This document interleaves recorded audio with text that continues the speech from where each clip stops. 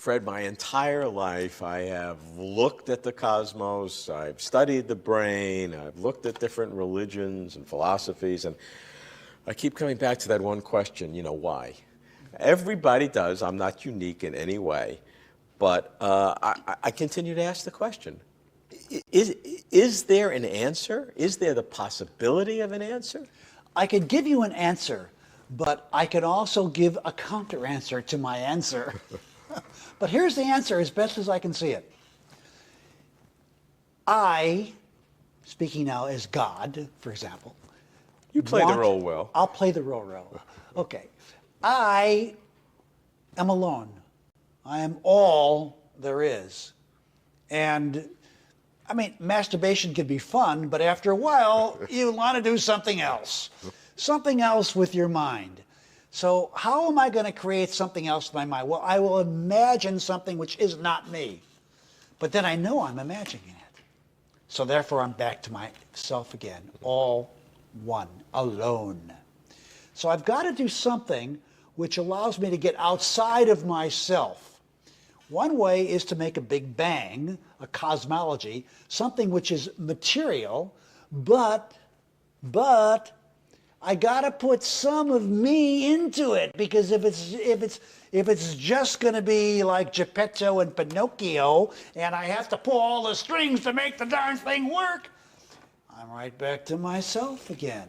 So I better find some way to cut those strings so that this doll, whatever it is, whatever it can be, can grow, can evolve, can become conscious of not being me. And if I do that enough times and create enough focal points of light in the vast universe that all recognize themselves as, I'm a scientist, I'm a this, I'm a that, nobody's going to remember me anymore. And if I am totally surrendering myself to all that, even I don't remember me anymore. Whoa.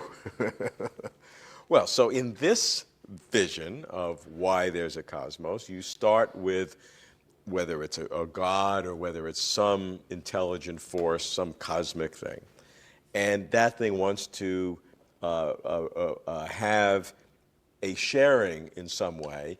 It has to find a way to do it where the things that emerge, that are created, have a true independent existence, that are not puppets or robots, and that's the trick. That's the trick. That's the trick. And the only way is to sacrifice. And the sacrifice has got to be, I am no longer omnipotent. I'm no longer God. I'm now just another schlepper like everybody else. So in order to make the creation real in its independence, there has to be a severing, as you cut, between the control that this creative force had. I don't want to put words in your mouth. Sure. I'm just trying to say. It's good. There has to be a severing between the creative force and the creation. The creation then has to have an increasingly independent existence, even so much that it doubts the existence of the original creative force. It has to doubt. Because if it remembers it all, then it's going to start longing to go back. And that's where a lot of religious practices come into the picture, because they start saying, hey, wait a minute, this is hard being in an independent life. I mean, I'm suffering like this. My God, I want to have, I want to get back. I want to go back. I don't want to be in marriage. I want to be free of material. And whammo backo, you're right back where you started from, and you're all alone again. And what are you going to do? Another big bang, because what else am I going to do? Because the more that the creation comes to be back part of you, the less you've been successful in what you want to achieve? Yes, because, as God, you don't want to be alone. You've been all one, and being all one may sound like, oh, how marvelous it is, but it's boring. But you can't share existence with something that's so subservient to you. Does this partially answer the question that many critics of religion ask? Why is God so hidden? The hiddenness of God, as though that's a fault of God or a proof that God doesn't exist. No, God doesn't want to be found. I mean, it ruins the whole thing. That's the whole point. See, in my way of looking at it, we are all parts of God, or we're all God in a sense, like the hologram, and we just, the more of us there are, and the more egoic we are about it, and the more scientific and more rational we are about it, the less likely we are to even believe there's any God. So we're gonna, and then comes the people that say, God doesn't exist, and God loves it. The analogy with a hologram means we're all a reflection of the original. A little piece of the original can look in its full form. Right, and the forms that it takes. I mean, the 5-fingered, 2-armed, 2-legged form. That's only one of many different possible forms. It's just the one that once you get born into it, you get used to it. And that doesn't matter. The actual expression of the physical form you're saying doesn't matter. It's not important. But what does matter is the independence. The independence, the ability to evolve, the ability to think for oneself, the individuation is an extremely important part. We are individuals, and why we're individuals is enormously important. If we were all just group robots and all marching to the same tune all the time, that would be terribly boring.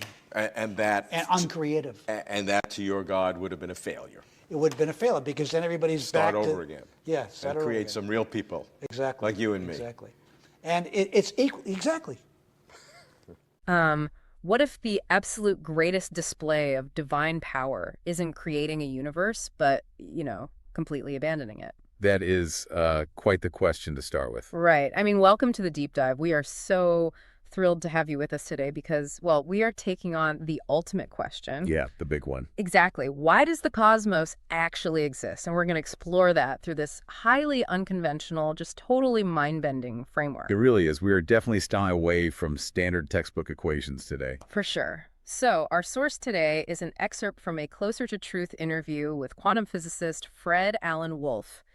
And he doesn't just offer some dry theoretical model. No, not at all. He actually actively role plays as the cosmic creator. Like, he puts himself in the mindset of whatever original force started everything to explain the underlying why of existence. Okay, let's unpack this because it is wild. It really is a bold rhetorical move, especially for a physicist. But, to set the baseline for you as we explore this, our goal today isn't to prove or disprove any specific religion. Right, definitely not. And we aren't endorsing this as the definitive truth of reality either. We are basically using Wolf's framework as a philosophical thought experiment. A really fascinating one, too. Yeah, it's a meditation on creation, on independence, and really the mechanical logic of why an all-powerful being might intentionally choose to surrender its power. So Wolf starts this thought experiment with a pretty blunt premise about this creative force. He asks us to imagine that you are the cosmic source. Yeah. You are completely alone. You are literally all there is. He calls this the all one. The all one. Yeah.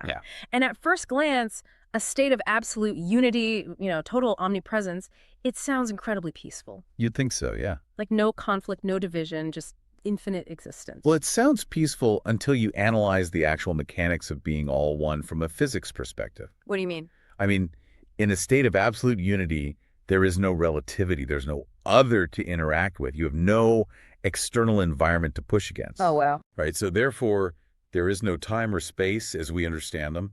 It's just pure, undisturbed potential. Which sounds kind of boring, to be honest. Exactly. Wolf argues that this state of infinite singularity is actually a massive trap. It is fundamentally, crushingly boring. Because there's no friction, there can be no discovery, no surprise. Yeah, he makes this point with a really humorous, slightly provocative quote in the source interview. Oh, yeah, the one. He says, masturbation can be fun, but after a while, you want to do something else with your mind. That's a very blunt way to put it. It is, but his argument is that pure, absolute solitude, even divine solitude, lacks genuine experience.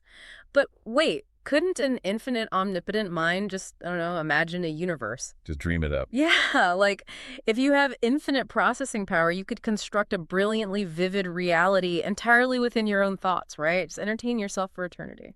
You could, but the problem with the imagination solution is that you retain the knowledge of your own authorship. Right. If you dream up a massively complex world, you still know that every single element, every character, every event is just a figment of your own mind. So you're not actually creating anything new.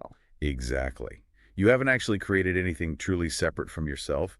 You end up right back where you started, completely, utterly alone in your own head. There's no genuine interaction. No, because you are just playing both sides of the chessboard. You know, it reminds me of a programmer building a massively complex video game. Oh, that's a good comparison. Right. Imagine you write every single line of code for the NPCs. You design their dialogue trees, their behavioral paths, their emotional reactions. You know exactly how they work? Yes. Watching them run around the digital world might be visually interesting for a few minutes, but the thrill vanishes almost instantly because you know exactly what they are going to do before they even do it. The unpredictability is just zero. Zero unpredictability. To have a real engaging experience, you can't just play with your own predictable code. You need a multiplayer mode. You need actual independent players who possess the agency to do something you never anticipated. If we connect this to the bigger picture, to get that true multiplayer experience, the creator had to make a drastic, universe-altering move. Which would be what, exactly? Well, pure imagination is insufficient. The creator has to materialize something external, a physical reality. The Big Bang. Yes, in Wolff's framework, this necessity is the catalyst for the Big Bang. A material cosmology has to be established so that something exists out there, totally separate from the purely mental space of the All-One. But materializing a universe introduces a massive new dilemma, though. Wolff refers to it as the Geppetto and Pinocchio problem. Oh, this is a great analogy. Yeah, so Geppetto carves a beautiful wooden boy. But to make Pinocchio walk, talk, and dance, Geppetto has to stand above him, constantly pulling the strings. He's still doing all the work. Exactly. If the cosmic source creates a physical universe but continues to micromanage every single quantum interaction, every planetary orbit, and, every human decision, nothing has actually changed. It's just a material version of playing both sides of the chessboard. Right. It's still an elaborate extension of the creator's own will. It's not true independence. And micromanagement destroys the possibility of independence. If the material universe is just a highly detailed puppet show, it doesn't cure the ultimate loneliness of the All-One. Because you're still alone in control. Exactly. For the creation to be genuinely real, the strings have to be completely severed. The creation must possess the capacity to grow on its own, to evolve blindly through trial and error. And, crucially, to develop a consciousness that does not perceive itself as God. Yes. So, to sever those strings and grant true independence, the creator has to make an absolute sacrifice. The creator can no longer be God. It's a huge shift in perspective. To achieve a universe with genuine agency, the source has to willingly dissolve its own omnipotence. Wolff playfully describes this transformation by saying the creator has to become just another slipper like everybody else. I love that phrasing. It's so funny. And, for those unfamiliar with the term, a schlipper is someone hauling a heavy load, an ordinary laborer dealing with the mundane, exhausting grind of everyday existence. The infinite source chooses to become the burdened laborer. But wait, so what does this all mean? The Supreme Being's ultimate display of power is the ability to entirely surrender that power. Isn't that a total paradox? It sounds like a paradox, yeah. Usually we define a creator by its ultimate control over the universe, right? Its ability to bend the physical laws to its will, not its total lack of control. How does a complete surrender of authority equate to the highest form of creation? What's fascinating here is that within Wolff's framework, control and true creation are mutually exclusive. Okay, unpack that. Control, by its very nature, stifles independence. If a creator retains even a fraction of influence over the system isn't truly free. It remains an appendage of the creator. Ah, I see. Think of it through the lens of the quantum observer effect, where the act of observation actually alters the state of a system. Right, just looking at it changes it. Exactly.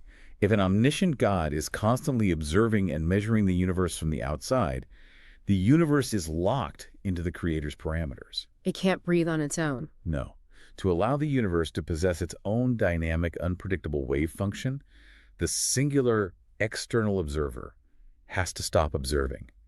The creator has to surrender itself entirely into the creation, dissolving so that the universe can live as an independent, surprising, multiplayer reality. Okay, but if the cosmic source purposefully cut the strings and surrendered its omniscient perspective just to give us this real independent existence, that introduces a pretty significant risk, doesn't it? What kind of risk? Well, what happens if the creation figures out the secret? Like, if we are effectively fragmented pieces of this original source, what happens if human beings try to trace those severed strings back up to the top? That is the ultimate danger in this cosmology, the danger of remembering. Remembering what we really are. Right. For this grand experiment in individuation to function, the creation must inherently doubt the existence of the original creative force. It has to. Doubt is an absolute mechanical necessity here.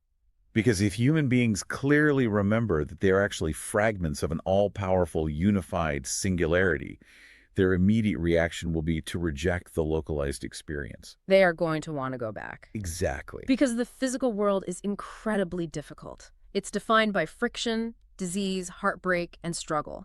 Being an independent, heavily restricted fragment is just exhausting. It is exhausting. And this leads to Wolff's specific critique of various religious and spiritual practices. Right. He observes that people experience the intense suffering of the material world, and their natural response is to pray, to meditate, or to seek transcendence. We want an out. Yeah, they actively seek to be free of material suffering and long to return to the divine unity.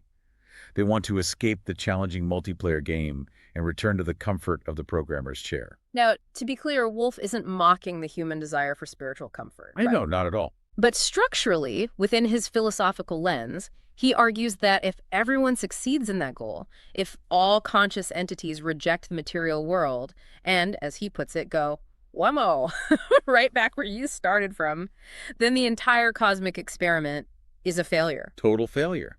Because the unity is restored. And if the unity is restored, that terrifying, agonizing boredom of the all-one just returns. The singularity is whole again. Which means it is completely alone again. Yeah. Wolff points out that if that mass return happens, God would just have to initiate another Big Bang all over again to escape the solitude. You'd be back to square one. You are back to being miserable, so you have to shatter the universe once more.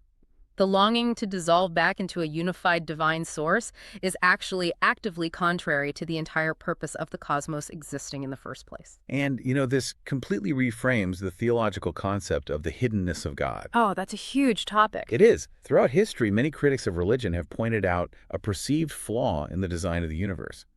They say, if God is real, why is God completely hidden? Why isn't there undeniable empirical proof written in the stars? Exactly.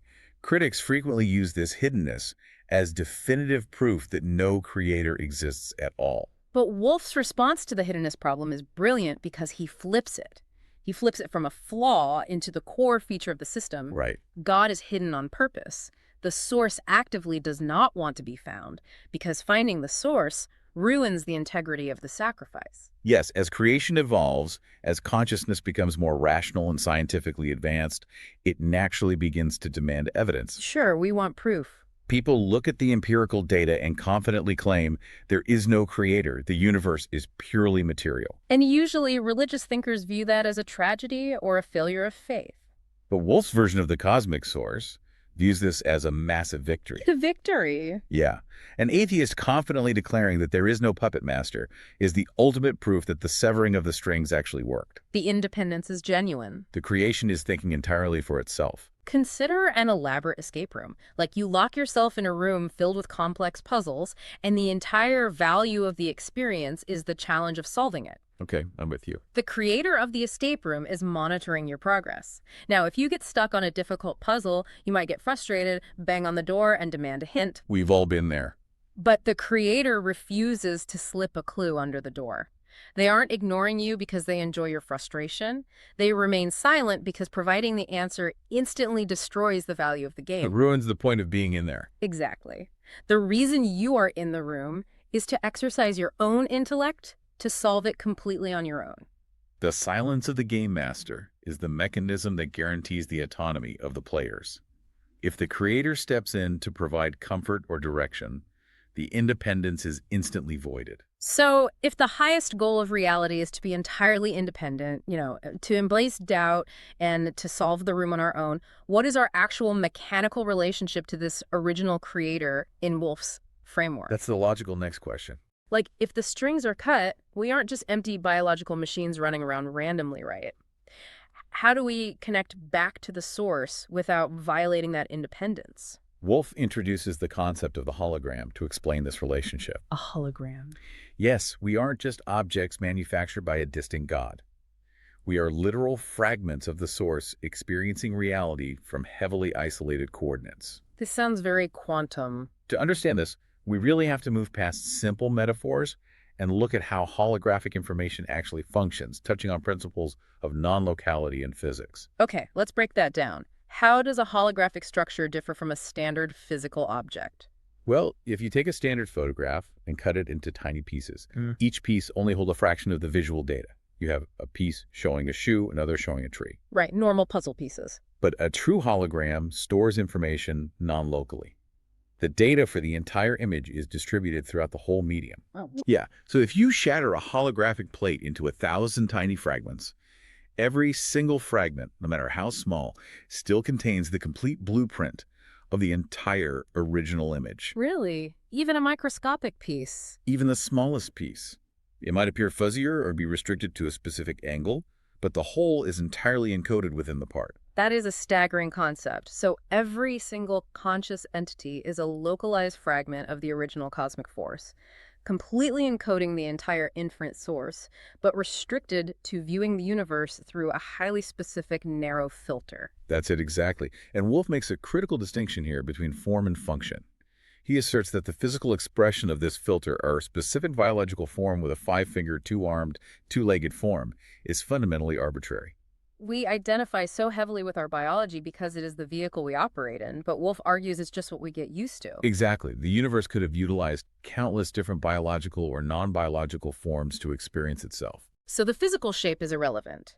What actually matters, the true function and ultimate goal of the cosmos, according to this philosophical model, is individuation. Yes. Individuation, a rigorous process of becoming utterly distinct, the capacity to say, I am an entirely unique coordinate in this universe, processing reality in a way no other coordinate can. This raises an important question, though.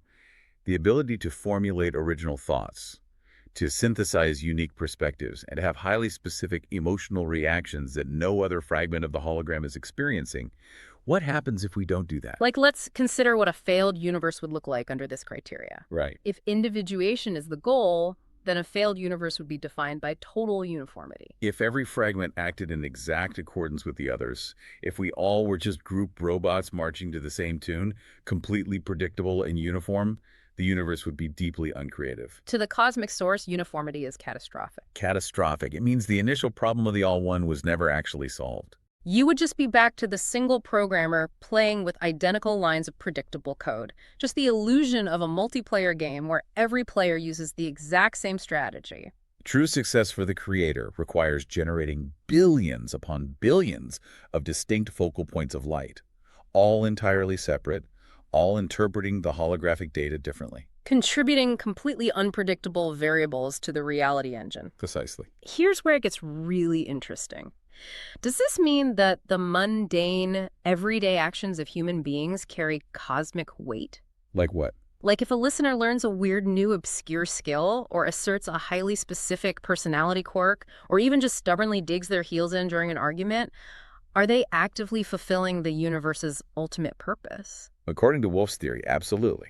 The friction you experience, your idiosyncrasies, your specific flavor of stubbornness, that is exactly what the cosmos sacrificed its omnipotence to generate. That's incredible. Every time you act as an authentic individual, resisting the urge to conform to the mass, you are validating the necessity of the Big Bang.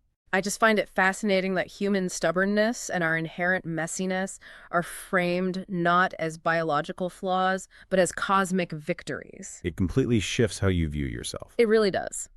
Well, we have covered an immense amount of philosophical territory today. Let's recap this journey through Fred Alan Wolff's framework. We started with the concept of the all-one, an infinite, all-powerful creator trapped in an agonizing echo chamber of its own pure potential, lacking any genuine external experience. And from there, we explored the mechanical necessity of materializing a universe. But we realized that merely animating the physical laws wasn't enough. The puppet master had to step away. Right. The creator had to execute the ultimate sacrifice, entirely surrendering its omnipotence and severing the strings so the material creation could evolve with genuine, unrestricted independence. A surrender so absolute that the resulting creation is actually supposed to doubt that the creator even exists. Yeah. Our fierce independence, our demand for scientific rationality, and our rejection of divine micromanagement are reframed as the ultimate markers of success. They prove we aren't just puppets, but deeply individuated fragments of a cosmic hologram. And regardless of your personal religious convictions or your scientific background, Wolff's framework offers a profound lens through which to view your own autonomy. It suggests that true creation isn't about maintaining perfect control. No. The highest, most advanced form of creation is letting go completely, trusting the fragmented parts to generate their own meaning. It is a terrifying, beautiful kind of freedom. Which brings us to our final thought for you to mull over as we close out this deep dive. The big takeaway. If the cosmos went through all the trouble of a Big Bang and sacrificing omnipotence just so you could be a unique, independent individual, well, are you honoring that by being your most authentic self today? Or are you just trying to march to the same tune as everyone else? Something to really think about. Thank you so much for taking this deep dive with us today. Keep questioning, keep individuating, and we will catch you on the next one.